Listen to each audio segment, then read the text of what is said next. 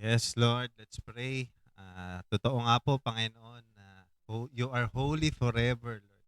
Kaya karapat-dapat kayong purihin, Panginoon, sambahin, pasalamatan, Lord. Papasalamat kami sa pagkakataon na ito na kami na naman po ay nagkasama-sama, Panginoon, upang ang pangalan nyo lamang ang maitaas, Lord. Mihingi po kami ng kapatawaran, Lord, God, sa aming mga nagawang pagkakasala, Lord. And we come before you, Lord, with a humble heart also and with an expectant heart, Panginoon, na ang presensya nung nga ay sasamahan kami, Lord. Samahan nyo nga po ang bawat isa na nandito, Lord. Yan, ganun din po ang mga tao na makikinig ng aming mapag-uusapan. Mabless nga po sila, Lord God. Kayo lang po ang maitaas, Panginoon, hindi po kami. Bigyan nyo po ng sapat na kaalaman, Lord God, ng wisdom, Lord God, ang mga kapatid namin, nakasama namin ngayon, Lord God, na may ma-share, Panginoon, na may matutunan din, Panginoon, lahat ng makikinig, mabuksan ang kanilang puso, ang kanilang mga isipan, Lord God, sa mga mapag-uusapan namin. Kayo lang po ang aming pupurihin, sasambahin, pasasalamatan. In Jesus' mighty name we pray. Amen and amen. Amen, amen. Amen. Amen. Pastor Jay, may tanong ako. Yan. Anong tanong natin, bro? Bro, mapupunta pa ako sa langit pag nagpatato ako? Ayan. Papaano ako papalagay ako ng kilay. Tatong kilay. Oo, kasi di ko gusto yung hugis ng kilay ko. Ayan. At ayan po ang ating topic ngayong araw na ito. Ang tanong, mapupunta ka ba sa langit? Yan. And ako po si Adan J. Ako po si Adan Aris. Ako si Adan Jess. Ako si Adan Maki. Ako si Adan Ryan. At welcome po sa ating Usapang Adan! Yes. Hello? Usapang Adan. Kami po ang mga kalalakihan from Christ Revelation Church Maribeles. And ito po ang first podcast natin. No? Ang tanong po, mapupunta ba tayo sa langit? Siyempre, nagsimula to yung sa nag-trending kung ayun no, wala pong intention na copyright dito. Yung na pa kinggan nyo ba? Yung nag-trending na na may butas sa ilong. Yan ba yung may tato? Tsaka Yung may ano? tattoo, tsaka Oo. piercing. Tapos tinanong ng ano ba yan bro? Kwento mo nga. Ang bali nangyari doon, si ate, nakasakay sa jeep. Bali, siya, tato, may hikaw. Tapos kinausap siya ni nanay. Tapos tinanong siya about kung ano bang religion mo, ganyan-ganyan. Tapos parang na yung hindi ka mapupunta sa langit kasi may tattoo ka, ganyan-ganyan. Tapos sumabat si ate, siguro napikon. Oo. Sabi niya, parang wala naman daw siyang relihiyon. Tapos sabi niya, sumabat siya na ano yun? Kayo ho ba, sigurado ba kayo mapupunta kayo sa langit? Oo. Sabi ni nanay, born again ako. Yun. Born again kaya mapupunta sa langit. Oo. Tapos naakusahan na maraming tattoo. No, marami daw siyang tattoo. Yan. So siguro yun yung una nating pag-uusapan about sa tattoo. Palagay nyo. Parang natakot naman ako doon, no? Parang, paano kami ni Adan Maki? Noon lalaki ng tattoo namin, no? Si Adan Rainiel din may tattoo. Pwede na tayo makapunta sa langit. Ano palagay mo? Ano sa ano mo doon? Actually, na ano nga rin ako nun. Kinabahan ako. Wala na pala akong chance. Pero sabi nga kasi dalawa yung konteksto doon eh. Base lang sa opinion ko to sana hindi ako mabash ng mga sumusunod na makikinig sa akin. And ma-enlighten namin kayo based on the facts na i-align din namin. At syempre, hindi naman din namin tinutuligsa or sinisiraan kung ano man yung relihiyon na kinabibilangan ng makikinig tsaka ng ano. Ang sa atin lang siguro para at least mas ma-open na alam mo yun, masira yung stigma na kasi minsan ang nangyayari kapag may tato, galing sa kulungan, May drug kabang ano na. addict, Oo. or either may nagawang mali. Ang masamang tao pag may tattoo. Masamang tao. Pero yung iba naman, sa generation na bago ngayon, sabi nila, form of expression, art. Ako actually malalaki rin yung tattoo ko and meron akong ibang country rin na tattoo. So, sa akin, dahil nung una, dahil sa, ako, nagpatato ako dahil art lang din. And para ma-express din yung sarili ko. But, hindi naman ako nagsisisi na may tattoo ako. Na later on na pagtanto ko lang na parang ayun nga, dahil lahat tayo ay templo ng ng Panginoon, so we need to carefully take care of ourselves inside and out, no? So kahit na sinasabi ng mundo na okay lang magpatato kasi cool yan, maraming gumagawa at art. So yun, mas na brought siguro yung kaisipan ko nung medyo bata pa ako. At hanggang ngayon, na yung tattoo is part ng art. At may mga job din na nakadepende rito. Like nagtatato, gagawa ng dynamo or nung gun na pang tattoo. Diba? Doon nakasalalay minsan yung livelihood nila. At hindi naman din natin sila sinisiraan doon sa career na pinipili nila. So, yun yung pinaka point of view ko nun. At yung isa naman na point of view naman kay nanay naman, so, hindi porket nasa isang religion ka or nasa isang kinabibilangang is masasabi mo na kaagad na ay may may instant pwesto na ako sa langit. So, para sa akin naman, yung mga ganong idea is hindi ko masasabing blasphemous, pero nasa relihiyon hindi eh. Ang minsan ang mas nagiging sagot siguro na dapat na mas magiging eye-opener is we live dun sa pinipreach natin. Kung ano yung pinipreach natin, just like the Bible itself, 'di ba? Kung ano yung pinipreach mo, dapat yun din yung ginagawa mo. So if you believe in the Bible, so you need to rely and do kung ano man yung nasasabi ng Biblia, 'di ba?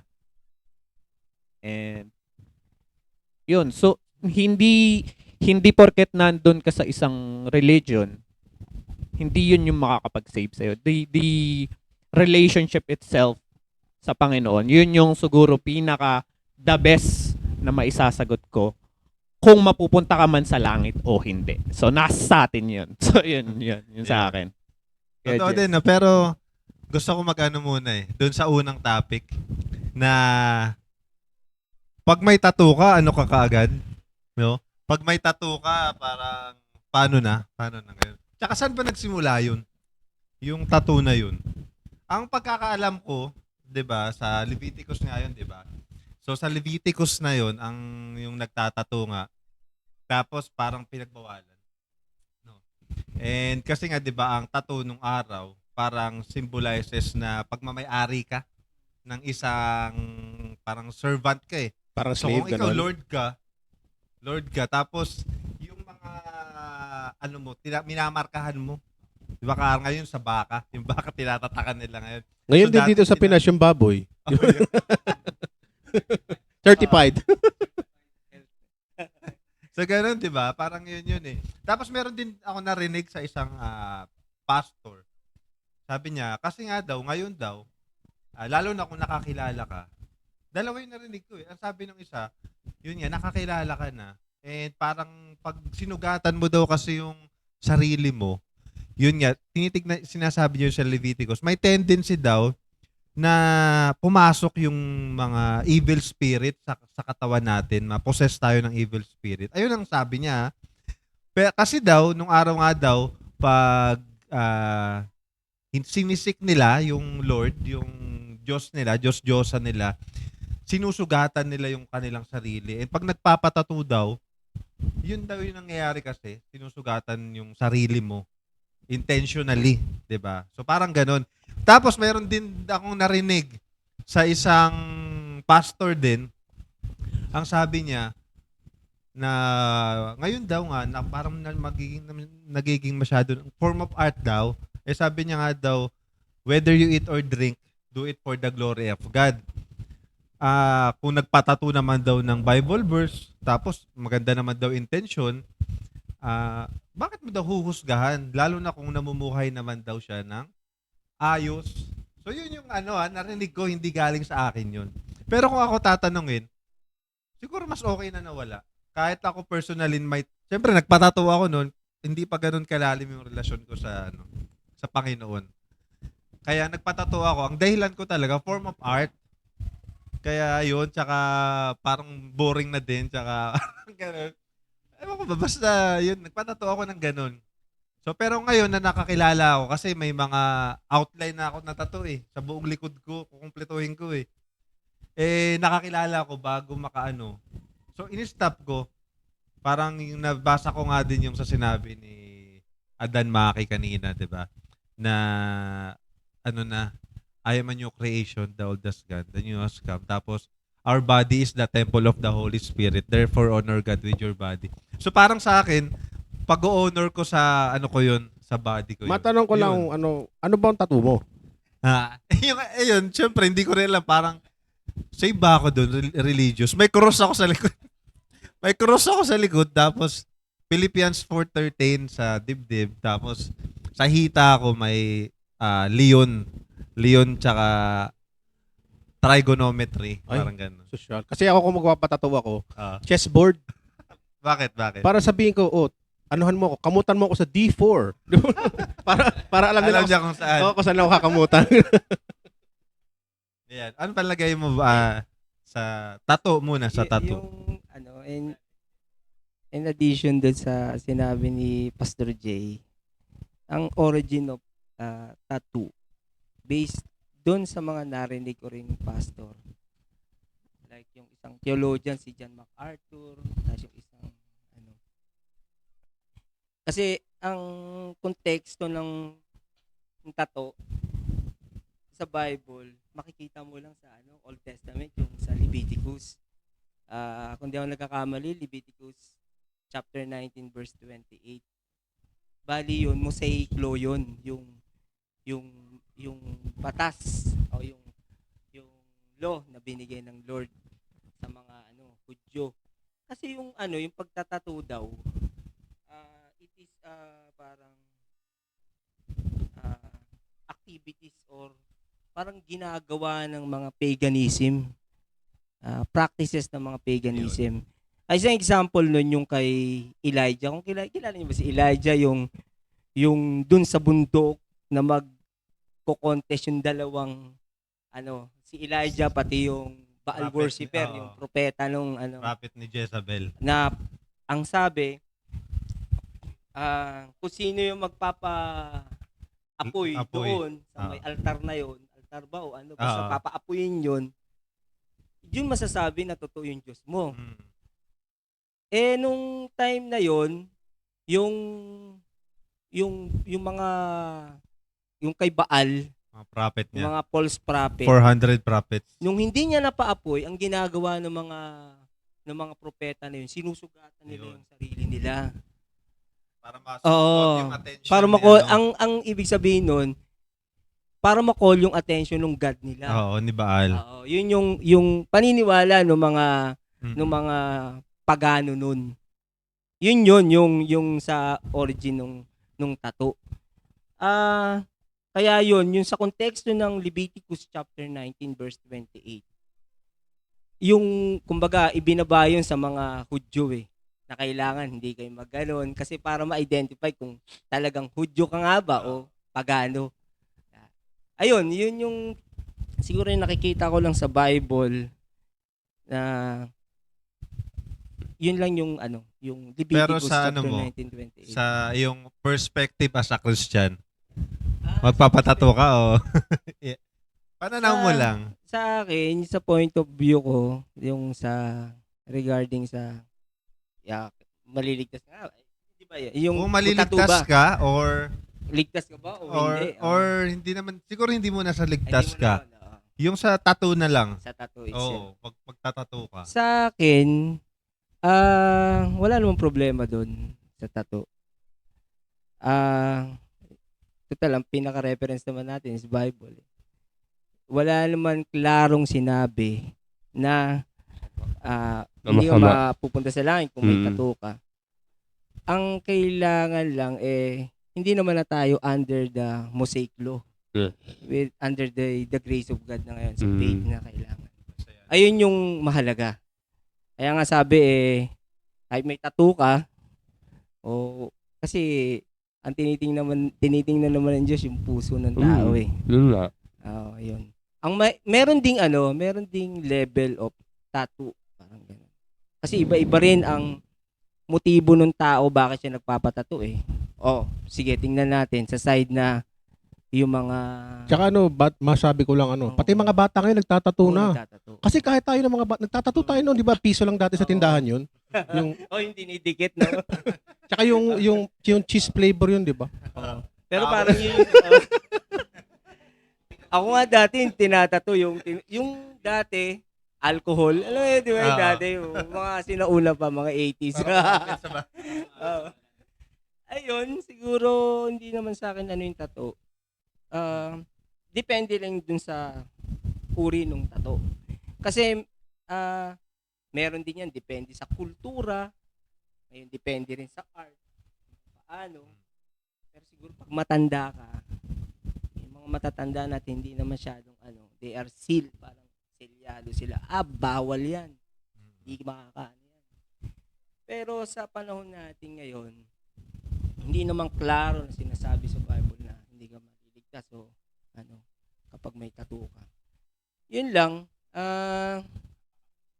yung nagtattoo ka, kung may tattoo ka, yun nga sinasabi ko, katulad doon, kung talagang satanista ka, siguro yun, medyo questionable sa akin yun.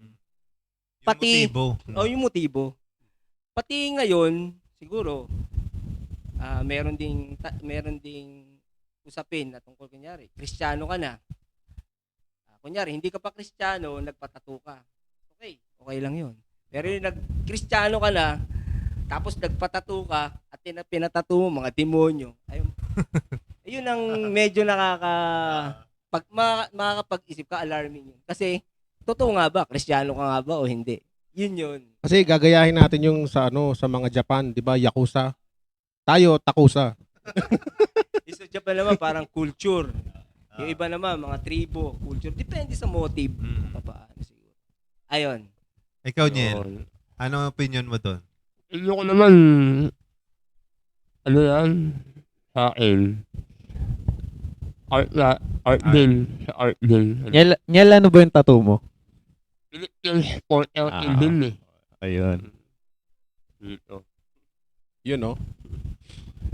Actually, nauna ako kay Astor G. Nauna ako. Ilan taon ka Nalaman nun? ko na lang.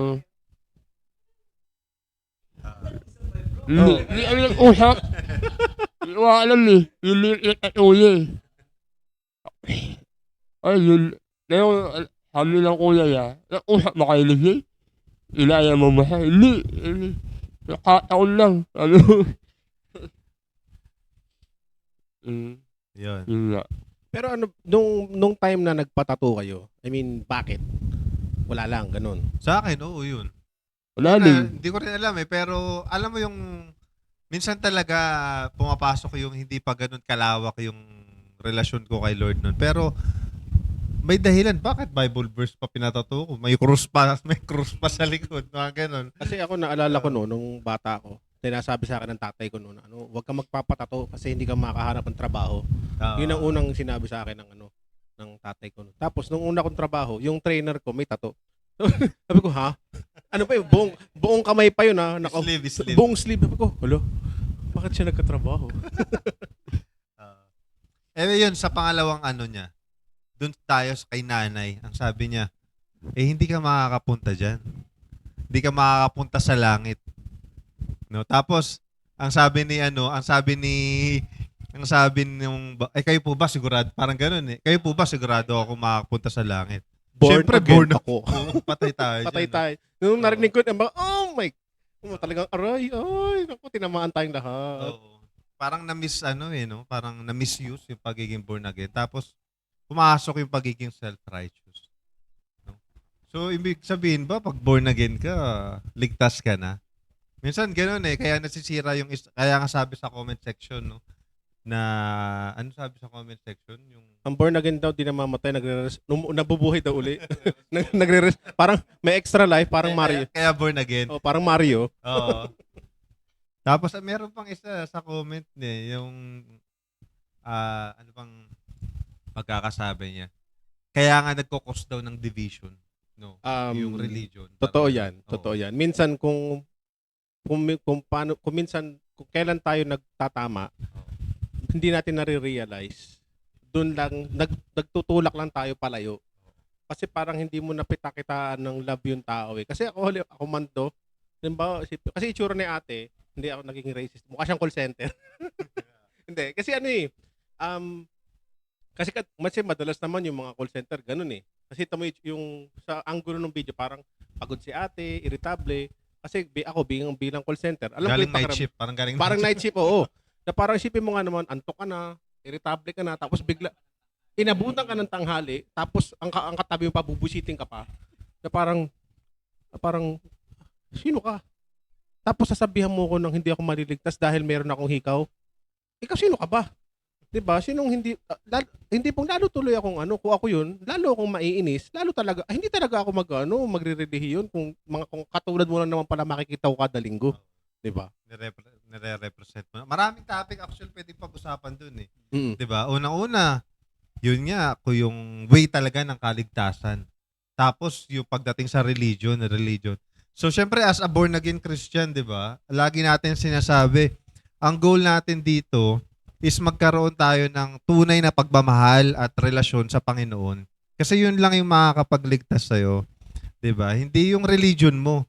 Kumbaga, yun nga, hindi porket kumain ka ng ng Pampangas best, kapangpangan ka na, 'di ba? Hindi porket kumain ka sa isang Italian restaurant, 'di ba? Italiano ka na din. So hindi porket born again ka Si. or naging pumasok ka sa isang Christian, 'di ba? Kristiyano ka na rin, born again ka na rin. 'Di ba? Ang born again kasi yun nga hindi naman religion siya eh. 'Di ba? Born again pinanganak ka sa spirit na yung isip mo na born again nagkaroon ng pagbabago from old ways to new thinking. No? So mahabang kumbaga yun na yung para sa akin pinaka shortest way. Oo. Kasi ang ko lang naman, let's put the naman, kumbaga doon tayo sa kabilang side, doon sa side ni nanay. Kasi baka isipin ni nanay binabash siya eh. Oo. Kasi yun isipin mo nga naman. Naikampi mo kami. Opo. Kasi nga naman, from her point of view, from her perspective, from her age, mali talaga. Mali talaga. Kasi nga, syempre, sa dami, ilang taon na niyang nabuhay, Baka si nanay, mga Maria Clara. mga ganon. nabiktima pa ng mga Hapon. Kaya lalong natakot sa Maria sa tato. Clara. Kasi nga, May reason eh. may reason. May reason. Hindi rin natin Natin alam alam. yung, Oo. hindi natin kilala. Kasi, Kaya minsan, siguro dapat i-consider din natin kung ano man yung pinaniniwalaan nung Saan isa. galing yung Kasi judgment niya? Oo. saan siya nang gagaling. Minsan kasi sobrang yung pinagdaanan pala niya iba based sa pinagdaanan mo. So True. meron na kayo kaagad division doon. So pero dapat kahit may division or may gap kayo dun sa may pinaniniwalaan niyo, nandun pa rin yung unity. oo. Tulad sa kahit na anong sekta man yung ginagalawan natin, we move in the unity, 'di ba? Unity of body. Tayo nga lahat tayo, body of Christ, and our head is Jesus Christ. So yun lang siguro yung sa akin. Naalala ko tuloy yung napanood ko na sabi niya, mas maganda pa daw na siya, yung agnostic. Oo. Kasi daw, sabi nung bakit? Kasi pag agnostic ka, kumbaga parang neutral ka lang, Oo. hindi ka naniniwala kay ganito, pero ina-acknowledge mo sila. Kasi kung nandun ako sa posisyon na yun, ibig sabihin nun, maiintindihan kita, marirespeto kita. Pero kung nasa kabilang panig ako, so pag nasa kupunan ako ni Eugene, di ba, hindi ko talaga maintindihan ako kupunan ni Taguro. tapusin. Di ba? Parang nalungkot, parang it made somehow sense yung sinabi niya. Pero nalungkot ako na bakit kailangan gano'n mapunta yung mindset. Ngayon, share ko lang yung napanood ko kanina na mga Ang kulit talaga pag sa Amerika, yung mga black na mga church. yung pastor sabi niya, lumabas daw siya, tapos pang gala. Mga naka Jordan, naka jogging pants, naka t-shirt na malalaki ganyan. Pastor siya, pastor. Lakad siya. Tapos may nakita malayo pa, nakita niya pare. Siyempre nakasutana, yung may robe, tapos may collar, may dalang Bible. Tapos binati daw niya. Sabi niya, we work for the same boss. Magkaibang department lang tayo. Parang, oo nga naman, na hindi natin kailangan maging magkakamuka. Hindi natin kailangan pare-pareho. Pero nasa isang department din naman tayo eh. Diba? Kumbaga, isa lang naman ang direction na tinitingnan natin. Kumbaga, respetuhin natin yung kabila. Kasi ko, hindi naman sa kung ako yung pare, tapos makikita ko gano'n itsura nung pastor, ba't ganyan ka? Ako nga, I represent. Tapos ikaw ganyan ka lang, para ka lang nakapanggala, di ba? Ang gano'n, kumbaga parang sa tingin ko, it boils down to as respect na. Wag na maging agnostic, pero syempre, maniwala ka syempre. Ganun. Ikaw kay Jess, masabi mo? Bali yun, kumbaga, doon tayo sa matanda ulit. Sa matanda. Siyempre, ang kanina sabi natin, pinamagatan natin, mapupunta ka ba sa langit? Di ba? Mapupunta ba ako sa langit? Yung issue about this sa matanda, hindi mo rin siya masisisi. True. Kung ano yung level nung pananampalataya na meron siya. Parang sa isang church. Katulad nun, yung issue about sa parang ganila, parang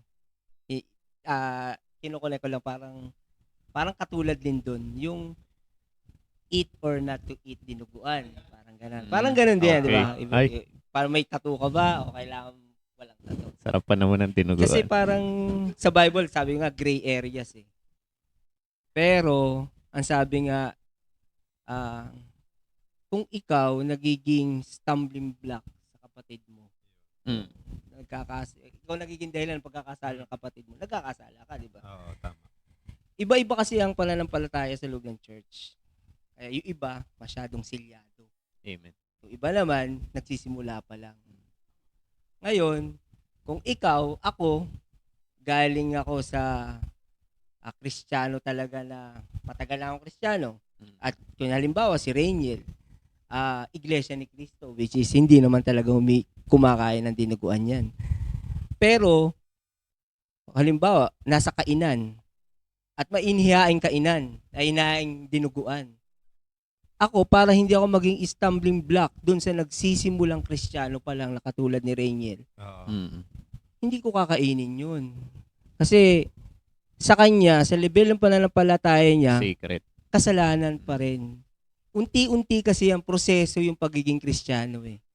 Ngayon, nung tinanggap mo na si Kristo, alam mo na, you live in a sanctified life talaga. At unti-unti yun na magiging banal ka sa harapan ng Diyos. Ako, ang gagawin ko, para hindi ako maging stumbling block kay Rainiel, na bago pa lang sa pananampalataya, ang gagawin ko, hindi ko kakainin dinuguan. Kahit alam kong hindi naman na bawal kainin yun. Ganon din siguro sa akin parang side ng babaeng matanda. Oo. Itatago ko na lang. Kakainin ko na lang sa labas. Para hindi ako maging, alam ko naman na pulutan na lang. Pwede kainin ko yan, di ba? Pero bilang lang din doon sa taong kaharap at bagong mananampalataya, hindi ko kakainin sa harapan niya. Wag yan ang Respeto. hamakin. Pati, dahil sa level ng pananampalataya niya, bago pa lang siya, hindi ko kakainin yan. Parang ganon din siguro. Masyado lang naging judgmental yung, parang ganon. Nag-gets ako. Oo. Para sa akin ngayon, naging self-righteous. Oo. Pero sa'yo, Niel, palagay mo, ano ba talaga yung way as a Christian na paano ko ba tayo mapupunta sa langit? Pag sisihan mo yung mga kasalanan mo, agatin mo sa bilang Diyos ay agatin. Yun. Yun. Ayun, palagay mo yun. Pag sisihan mo ng kasalanan mo, ibigay mo na sa kanya lahat ng buhay mo, iwala mo na sa kanya lahat. Ay Jesus ay. Amen. Siyempre, kumbaga para naman sabihin, mga Kristiyano na to, saan kaya galing mga opinion na to? Baka hindi biblical. No, punta tayo sa in a biblical perspective na galing sa Bible, hindi galing sa totoo din yun. Sabi nga ni ano, 'di ba? Ni Pedro, si Pedro ba yun, sa Matthew 19. Kasi may nagtanong na good man, paano po ba ako maliligtas? Iwanan mo yung kayamanan mo kasi mayaman daw yung Ay gumawa ka ng ganito, sundin mo yung mga ganitong utos pala. Nagawa ko na po lahat yan. Parang ganun yung sweat. Pero ang tinanong doon, sabi nga ni Jesus Christ noon, ang sabi niya, mas mahirap pa pumasok sa butas ng karayom yung mayayaman kesa sa kamelyo, 'di ba? Tama, parang ganun. Oh. Tapos sino ngayon yung maliligtas? Sabi ni yung disipulo niya.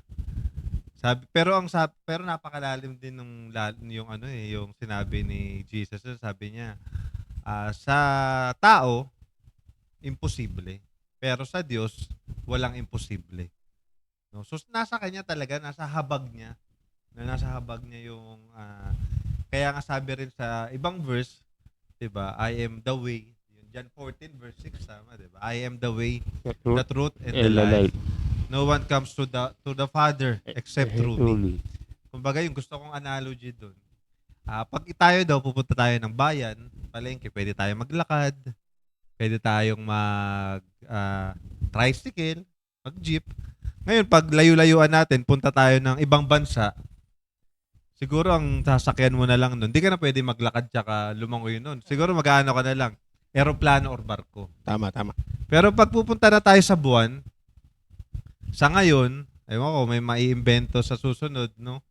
Sa ngayon, spaceship lang ang pupuntahan mo pagdating sa buwan. So, ganun din daw sa langit. Si Jesus Christ lang ang dahilan. Yun. So, kayo, anong palagay nyo doon? Kasi most religion, 'di ba? Most religion na kailangan pagtrabahuhan mo para ma-save ka. So salvation kasi ang inaano din ni nanay na hindi kayo po ba save na kayo? Ang pinanglaban niya yung religion niya 'di ba? So sa atin sinasabi natin as a Christian ang pinaniniwalaan natin yung Bible na yung faith.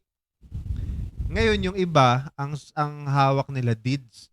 Kailangan gumawa ako ng mabuti, which is yun din yung doon din ako naniniwala noon Yun din yung humubog sa akin na kailangan gumawa ako ng mabuti. Kailangan magsimba ako, kailangan tumulong ako sa kapwa. Sa madaling sabi, gumawa ako ng mabuti para maligtas ako. Pero yun pala sa Bible nung nabasa ko, yung faith mauuna. Kasi nga, James 2:26, kung di ako nagkakamali. Faith without action is dead. Pinag-usapan yun Diba? Show me your faith without action. Pero papakita ko naman sa'yo yung faith ko na may action. Diba? Baksahin natin, pag binasa natin yung buong James, pinaliwanag niya si Abraham. Kaya nga si Abraham, yung faith niya may kalakip na gawa. No? Yung faith niya, sinacrifice niya yung anak niya Willing siyang isacrifice to. Kumbaga may gawa. So tayo ba, 'di ba? Naniniwala tayo. Ano ba yung action na kailangan willing tayong i-sacrifice para lang dahil alam natin save na tayo. Kumbaga yung faith. So kayo based on yung papupunta sa langit, 'di ba? Ano yung Pakinggan natin si Adan Maki. Sa akin naman, no, from Ephesians 2, chapter 2, verse 8, sabi dito, for it is by grace you have been saved through faith. And this is not from yourself, it is the gift of God. So tinuturo dito na tinuturo dito yung humility ng tao. Kasi minsan inaasahan natin yung mga sarili natin 'di ba? Kailangan maging better person ako to be better person than myself, so kailangan ko tong gawin. So, may mga bagay kasi na, alam mo yun, na hindi mo kaya. Yung mga imposible, iiwan natin yan sa Panginoon. Siya yung gagawa, Like, changes, mga ganyan. So,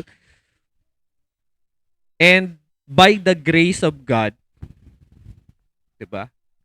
Siya yung nagbigay sa atin ng salvation. Siya yung ah, nagbigay ng buhay niya in order for us to be saved sa lahat ng ano natin, lahat ng actions natin na hindi naging kaaya-aya.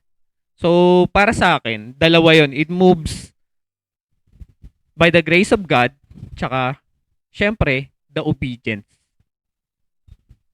of our Lord. So, yun yung sa akin. Para mapunta ka sa langit, you need the grace of God, unang-una, and then obey the obedience. Obedience sa Panginoon. Tama, So, yun tama. yung nakikita ko na magiging susi ng bawat isa. Hindi lang ng hindi lang ng mga naniniwala, kung hindi pati yung hindi naniniwala. So, kailangan magkaroon siya ng faith na nanggagaling sa Panginoon, which is free by the way, na kailangan maniwala siya na ang Panginoon, Jesus Cristo, is the way, the truth, and the light. So, yun yung sa akin. Naisip ko tuloy, ngayon kung kung baga ang topic ni nanay, hindi ka maliligtas dahil may tattoo ka. So, wala na, touch move na. Wala na, kung baga habang buhay ka na dito, di ka na pupunta sa langit. So, Wala nang pag-asa. Oo nga, ba't mo pa ako kinausap? Diba? Alam mo palang wala na akong pag-asa, ba't mo pa ako kakausapin? Inisip ko tuloy, Kinondem mo lang. kinondem mo lang ako. Parang, ano kaya yung gustong mangyari ni nanay na, nambubuisit ka lang, na dahil hindi na ako, Out of gusto lang niyang ma-remind siguro yung isang babae na parang concern si nanay wala na nga eh. nung unang approach Hindi na niya. pwede Hindi lang burahin. hindi Wala lang na eh. hindi lang siguro naging proper yung approach. Siguro. Ang sa akin siguro maging awareness tsaka reminder na lang din sa Sa mga iba, no? nagshi-share Sa mga ibang Kristiyano. at gustong itama or wag nating i-force yung mga tao sa mga pinaniniwalaan natin. Let God do His work sa mga tao. Kasi, yes, nag-share ka ng gospel, nag-share ka ng goodness ng Panginoon, pero kung hindi mo man yun ipapamuhay, di ba? Parang kapulaan na lang din. At lahat, tulad nga nung sinabi ni Adan Jess, Kuya Jess, na huwag kang maging stumbling blocks ng mga kapatid mo, 'di ba? Kasi every time hindi actually tawag dito, hindi mo minsan napapansin na stumbling blocks ka na pala. 'Di ba? Pag nagiging self-righteous ka na so we need to be aware kung ano man yung sasabihin natin, yung gagawin natin. Sabi nga sa Philippians or Romans. Sabi, kung ano man yung nakita mo, narinig mo, 'di ba? Put it into practice. So yun. So we need to carefully evaluate our actions, our speak, our way of communicating to others. Kung paano tayo kinakausap nung Panginoon. So yun na lang, siguro yung pinaka sa akin, pinaka reflection ko doon na kung gaano ka kaminahal ng Panginoon, dapat ganun din yung approach mo. Whether nakikita mo siya in a bad way or in a good way. So, yun. Tsaka parang ang reminder sa atin nun is ang commandment ni Lord, love people, not condemn. Kumbaga, pare-pareho naman tayong minahal ng Diyos. Sino tayo para mag-condemn at manghusga? Kumbaga, yun ang hindi naman yun ang commandment ni Lord eh. Humayo kahit manghusga. Hindi naman ganun eh. Kumbaga, humayo kahit magmahal. Diba? Love others as you love yourself. Ganun. Basta, hindi manghusga na kahit pa paano, guilty tayo. Each one of us, guilty dun. Na reminder din na yan po. Amen. Ayan, ikaw, Adan Reniel, may masasabi mo doon kay nanay na mapupunta ka ba sa langit? Ay, sabi pala nung kayo po ba mapupunta kayo sa langit? Sabi nung babae. Yeah. Ikaw ba mapupunta ka sa langit? Reniel. Adan Reniel. Hindi. Hindi ko alam. Lahi naman yun. Hindi ko alam yun. Na kay ang Diyos lang. Oh. Ang Lord ang nakaalam. Oo. Hindi mo alam yun. Basta gawa ka na gawa ng abot niya sa lupa hanggang nabubuhay ka. Nasa flesh ka. Oo. Kasi yung katawan natin dito makasalanan eh. Diba? Flesh nga, makasalanan yan. Sabi nga sa Bible, makasalanan yan. Pero, Sa grasya ni Lord. nasa ni Lord, tayo ay makalangit na. Kasi naniwala tayo, Tinanggap mo siya. tinanggap mo siya. Yun. Yun. Yan. Pakinggan natin si Adanjes. Yan. Sa binasa ni Brother Maki sa Ephesians, for it is by grace we have been saved through faith. It is not from our own. It is a gift from God so that no one can boast. Ang faith is a gift from God.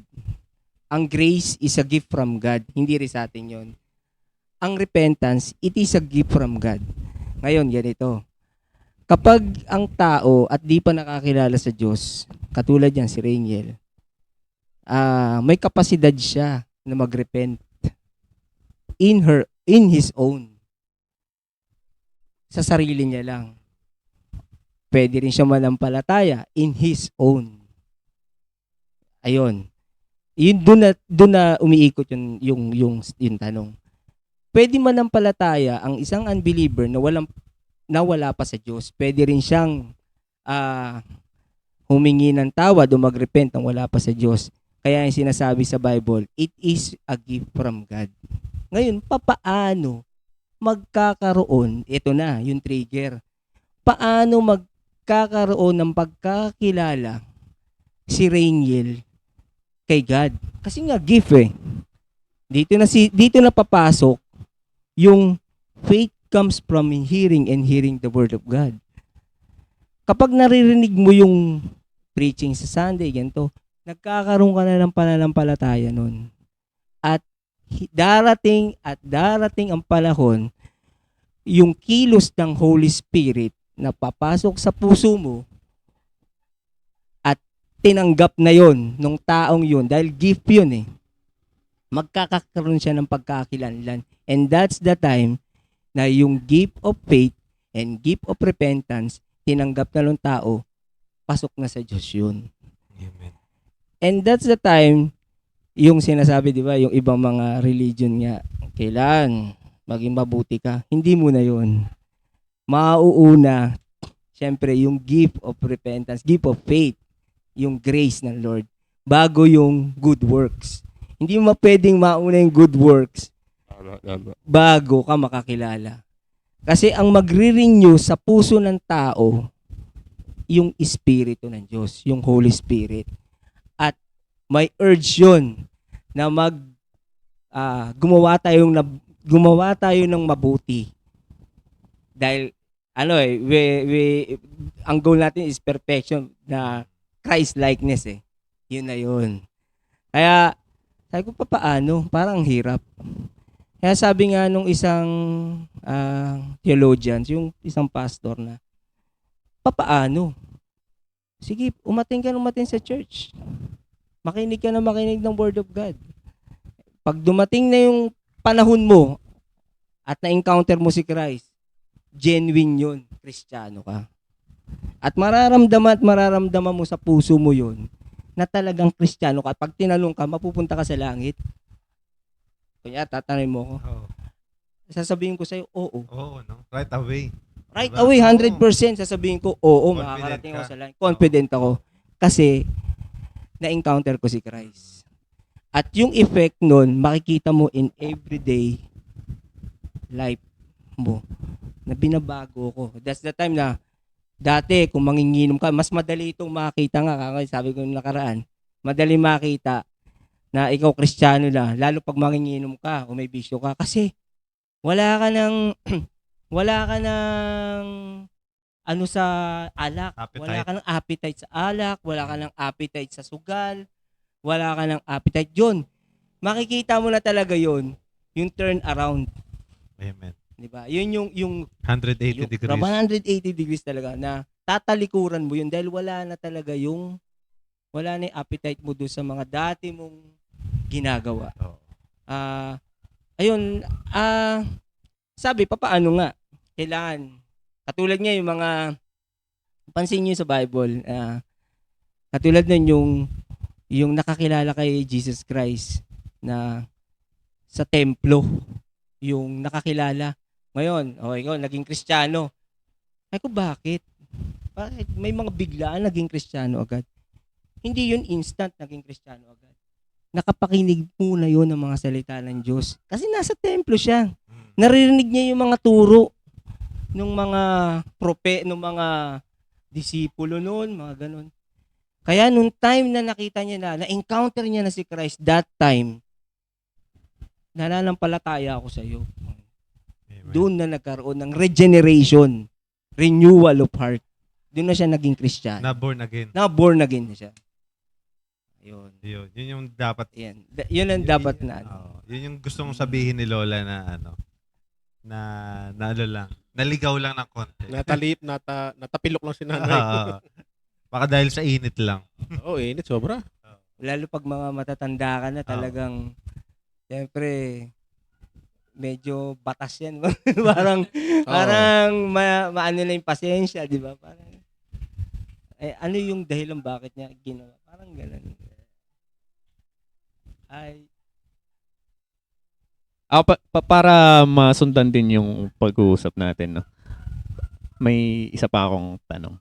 Paano yung mga naniniwala na hindi na ako magbabago, ganito na ako? Some of my friends, actually, I hope na nakikinig sila ngayon, no? Na wala, ganito na ako eh. Parang yun nataniman na ng lies na yung buhay nila stuck na, hindi ko na kaya magbago kasi yung hardwire na yung sin, Yung kamamatayan ko na to. kamamatayan ko na to. Ganto na talaga ako mula pagkabata o ano. Paano naman yung changes nun? Mga ganun. Mapupunta pa rin ba sila sa langit o hindi? Hindi kasi sabi sa Romans 10:9 eh. 'Di ba? If you confess by your heart, kaya nga sabi ni Adan, just galing sa puso dapat. Kaya nga ang unang-unang preaching ni Jesus Christ, repent. Sabi niya, repent, for the kingdom of heaven has arrived. Diba? Yun ang ano niya. Kaya nga, pag may pinagaling din siya, ang sabi niya, your sins have been forgiven. So, at dapat, if you confess by your heart, i-acknowledge mo na makasalanan ka. No? And ang sunod doon, if you confess that Jesus Christ nga is my Lord, 'di ba? You will be saved. And acknowledge it by your heart. Parang yun yung sabi. In-acknowledge mo talaga, hindi yung sinabi mo lang. Ngayon kasi, 'di ba? Sinasabi nga nung madaling sabihin na kilala natin si Jesus Lord ko siya, ganyan. Pero baliwala na. Hindi nila nauunawaan na nung sinulat yung Romans na yun, Romans 10:9, Book of Romans, pag sinabi mong si Jesucristo yung Diyos mo, yung Lord mo, handa kang mamatay. Kaya ang daming Kristiyano na ginagawang, anong tawag doon? Yung ilaw, kumbaga, sinisindihan, paggabi, papako sila sa krus, tapos sisindihan sila. Kasi sinabi nila na ang Diyos ko si Jesucristo. Handa kang mamatay by your heart talaga. Kasi dati daming Lord eh. Lord sa, kunwari, ganitong lugar, sa Maribeles, Bataan. Ang Lord dito si Adan Rainiel. Example lang. Ayan. Yeah. No? So, pag ikaw, kinalaban mo si Adan Rainiel, hindi siya yung Lord mo, si Jesus Christ, ay yari ka. Ngayon, ang bilis alam mo yun, masabihin na lang ngayon. Pero naniniwala ako maririnig yun, yung mga ganun, mga na-hardwire na. Lalo na yung sinabi nga ni Kuya Jess, kung faith comes from hearing and hearing the word. Romans 10:17. Iba kasi yung iniisip nila eh. 'Di ba? Kung familiar din tayo sa T principle, 'di ba? What we think affects our emotion, affects our action, 'di ba? Kaya think principle. Tsaka ang sabi nga, gustong-gusto ko yun, my people are destroyed for lack of knowledge. 'Di ba? Yun yung alam nila eh. Hindi naman siguro yung iba, ang babait naman. May tropa din akong gano'n, ang bait naman. Matulungin talaga. Si Lord na lang yung kulang eh. No? Yun nga lang, syempre may bisyo. Hindi naman kasi lahat ng may bisyo na may naisay bisyo yung mga nag-aalak, sigarilyo, na masamang tao eh. Meron talaga akong kilala, mas mabait pa sa kapatid na Kristiyano eh. Yun nga lang, hindi niya ina-acknowledge na siguro kilala niya lang si si Jesus Christ, yun. Pero wala siyang masasabing relasyon sa Panginoon. Pero mabait. Kaya lang, yun siguro yung kailangan na mabago yung renew, maborn again yung isip niya na through hearing, maraming proseso. At isa lang yun, di ba? Na makakapag-turn around sa ganun. So Ikaw. anong challenge sa ating mga adanan? Yung sa Ayan. topic natin. Ano Ayan, yung no? challenge para sa ating mga adan? Ang number one kasi, katulad ni Lola, no? Katulad ni Lola na maging katrisuran, 'di ba? Kaya nga yung how we live kasi minsan mas tinitignan ng tao yung ano eh. Kaya nga maraming fake influencer eh. Nakita nila, 'di ba? Halimbawa, ang laki ng katawan. So ang laki ng katawan, ibig sabihin ba wag malaki katawan mo, coach ka na? Ngayon yung ibang malalaking katawan na yun nagiging self-righteous. Pag nakakita sila ng mataba, iniisip nila masamang tao yan. Or pag nakakita sila ng unhealthy, ay kasi ganito yan. Hindi nila iniisip yung isang tao na yun na overweight, busy, maraming responsibilidad, no? Na, Aray di ko ba? naman sa mataba. Ayan. Pasintabi po sa mga ano. May taba pala. May taba. Diba? Parang, kumbaga lahat naman tayo may taba, yung iba medyo nadagdagan lang. Yeah. Tsaka yung damit ko medium lang Medyo malaki. So yun, di ba? Nagiging self-righteous yung ibang, alam mo yun, na porket malaking katawan, tingin na nila sa ibang tao masama na. Hindi naman nila napapansin yung ibang aspeto ng buhay na pagiging tatay, pagiging kapwa. Nakikita lang nila yung physical lang. Tapos yun, yung malaking katawan na yun, naging coach na and nagiging stumbling block tuloy sa mga ibang tao na gustong magbago yung katawan nila. Ganun din sa Kristiyano, gusto magbago ng iba eh. Tapos ikaw, hinahamak mo yung mga masasama. Sabi nga, lahat tayo nagkasala, di ba? Lahat nga tayo na nandito sa church. Hospital nga daw to ng sick people ng mga makakasalanan na tao. No, di ba? Wag natin hamakan. Ano yung question mo ulit, bro? Ano yung challenge sa ating mga adan? Ayun, ano yung challenge sa ating adan para maka-influence tayo. 'Di ba? Yung action talaga. Lalo na sa mga yun nga tropa natin na kapamilya natin na hindi pa ganun nakakaunawa ng word of God. Ang titignan nila yung action natin. Born again ka pa naman, tapos ganyan ka. Yari, patay na paano ng ibang kapatid mo na born again? Di damay na rin. Kahapon lang may nasharean kami na driver. So, punta kaming Pampanga. Yun, ang dahilan niya, kasi sabi niya sa akin, dami kong nakikita, nagsisimba. Ang sasama ng ugali. Ako, ano na lang ako. Gagawa na lang ako ng mabuti. So, kung babalikan natin yung napag-usapan natin kanina. Diba? So, yun, kawawa naman ka ako. Yung iba na talagang, pagbago ka talaga, doon ka tumitingin yung kung paano mamuhay yung isang tao.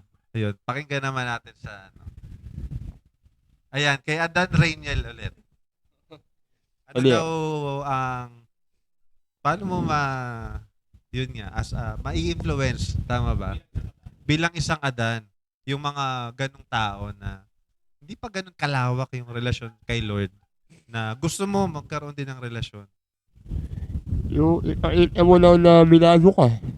Yun. By your own testimony. Testimony. Good deed. Abot yan na gawa. How you live your life talaga.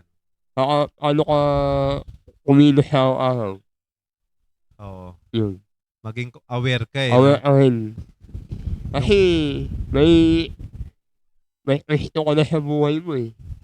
Kaya Bagong nilalang na dapat. bagong niya lang ka na eh. May Holy Spirit ka na eh. Yun.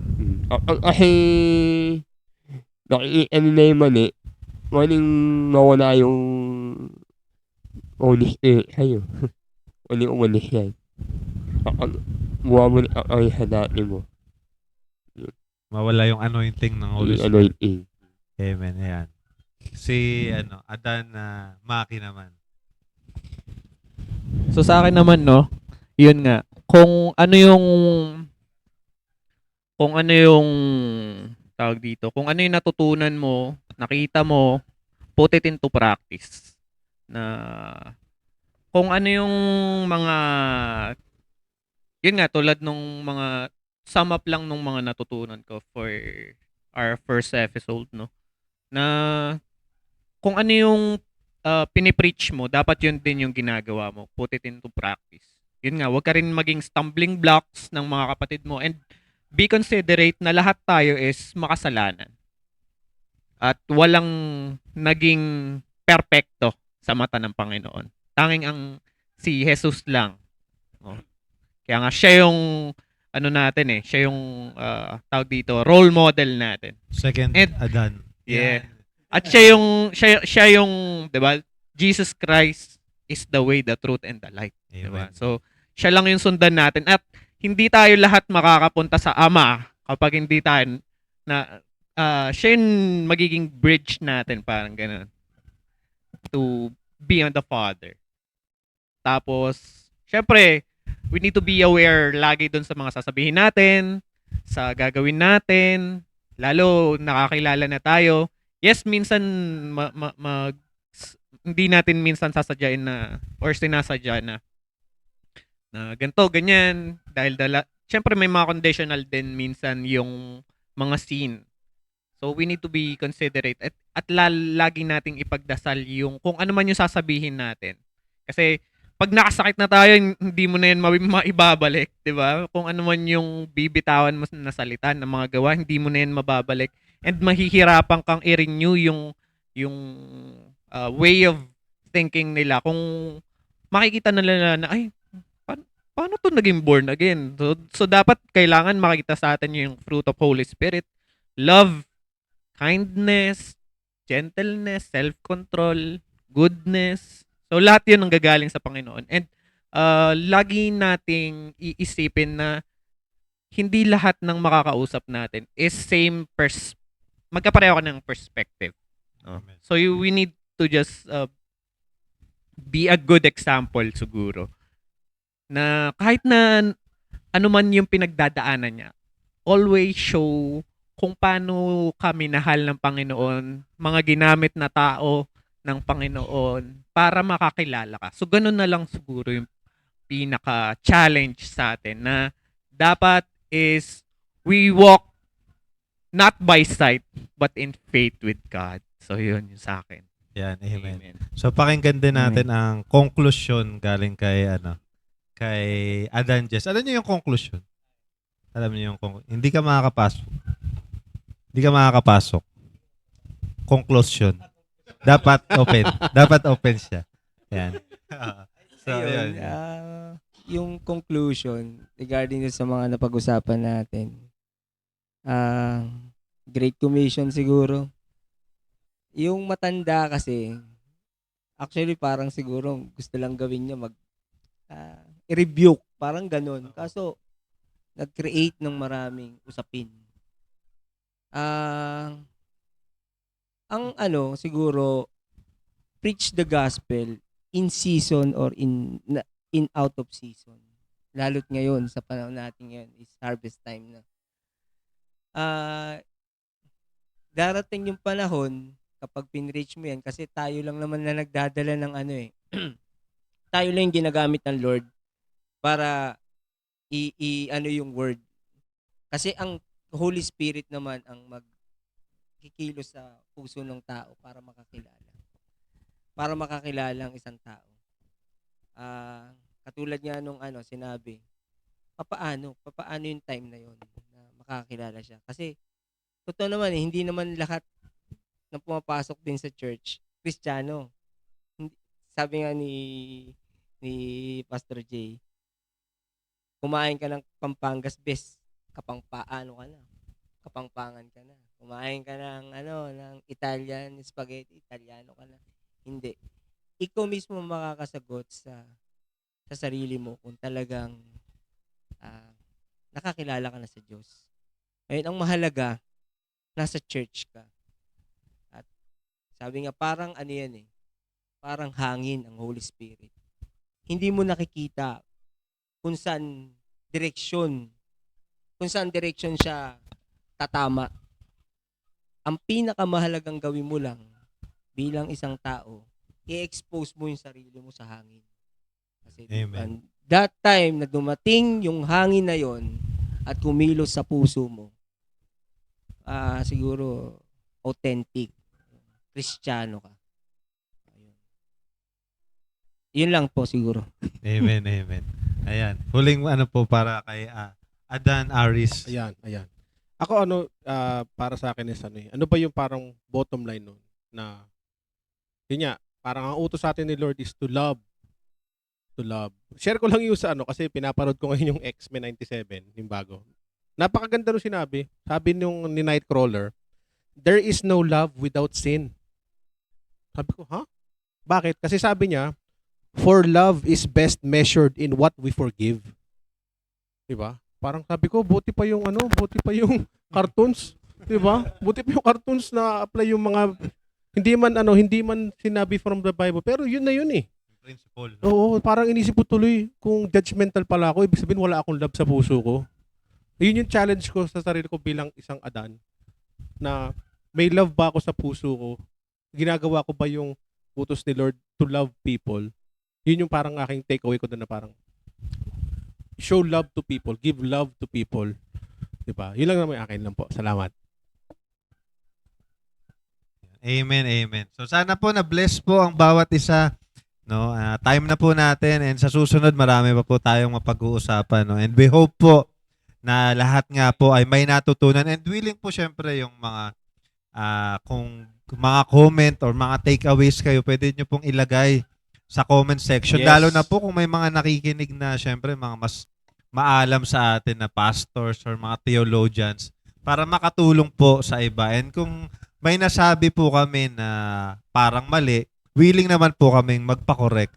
No? Kung may mga nasabi po kami, no? Ilagay nyo lang po sa comment section. Lahat naman po dito is willing matuto. And ang intention nga po namin is makakilala ang lahat and malaman ng tao na ang Kristiyano ay hindi boring. Amen. Sige, pray po tayo. Pray tayo. So, bago tayo magtatapos, ini-invite ko po ang bawat isa na nakikinig sa podcast na to na ipikit ninyo yung mga mata natin and just feel the presence of the Lord.